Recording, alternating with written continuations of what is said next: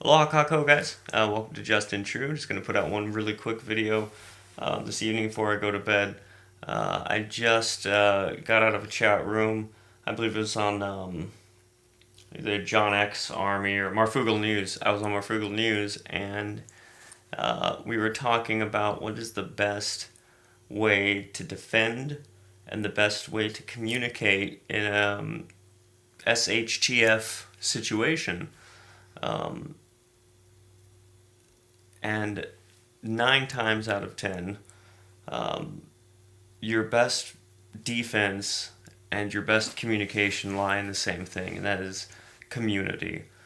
The importance of community and the importance of networking and growth while you're in a SHTF situation or a bug out situation or emergency situation is crucial. It is the difference between life and death. When you are alone, or if you have just a small group, or if it's just you and a few people or your family, you are at risk for not only attack from other groups, but you're also at risk for um, everything. You have a lack of skills because you're limited to just the amount of skill set in your small group. You have a lack of supply because you're limited to the supply you have.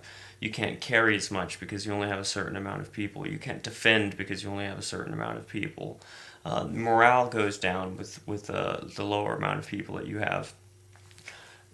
A huge part of prepping, and we always get caught up in the earthly things, right? We always get caught up in the cool gadgets, like I say, the guns, the ammo, the filters, the flashlights, the solar power generators, the cool tabs, the food.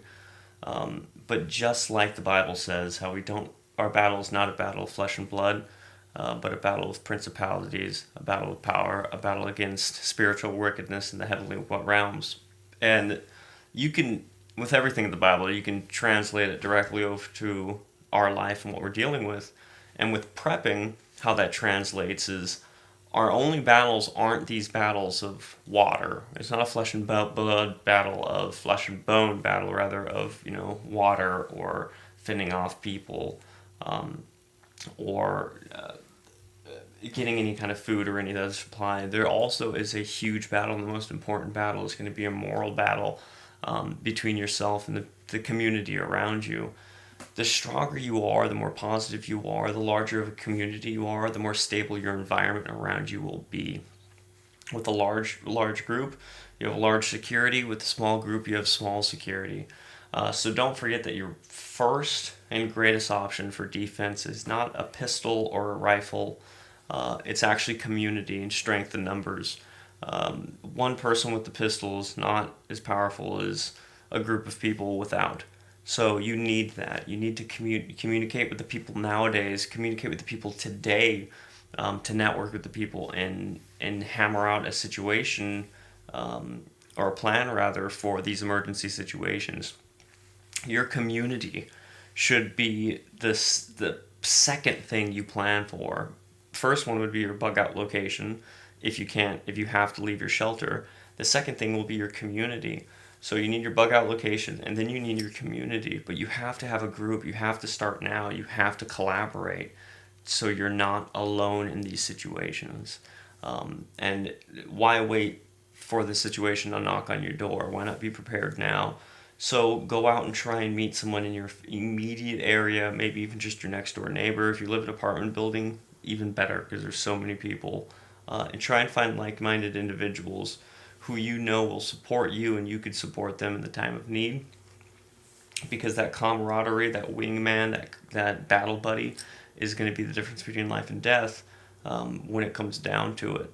So don't be thinking that you're the only one out there. Don't hoard all your goods and close yourself off, and don't be afraid of everybody else, because again, that fear is the power and the tool and the weapon of the enemy. And your love and your compassion and your understanding and your empathy for all people is going to be what is the difference between you surviving and thriving, not only physically but also spiritually, and people around you not surviving. The other thing with living in that light and living in the light of Christ and living with that compassion and love in your heart is you will also motivate others, and they will see that. They will know you by your fruit. And when people see you walking around in a situation like that, and everybody else is stealing for water or killing for food, or and you're giving it away, and you're finding things and you're defending people, they'll come to you and they'll say, I want to be a part of this. I want to be, what's this guy up to? What's this girl up to? What kind of group do they have going on?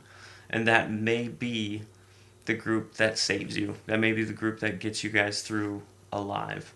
So when it hits the fan, do not think that you're alone, because that is exactly what the enemy wants you to think. You're not alone. There's over 300 million of us, and we are all one. And that is very, very true. So go out, find your battle buddy, find your wingman, communicate now while you still can. Other than that, I'll see you guys tomorrow. We hope.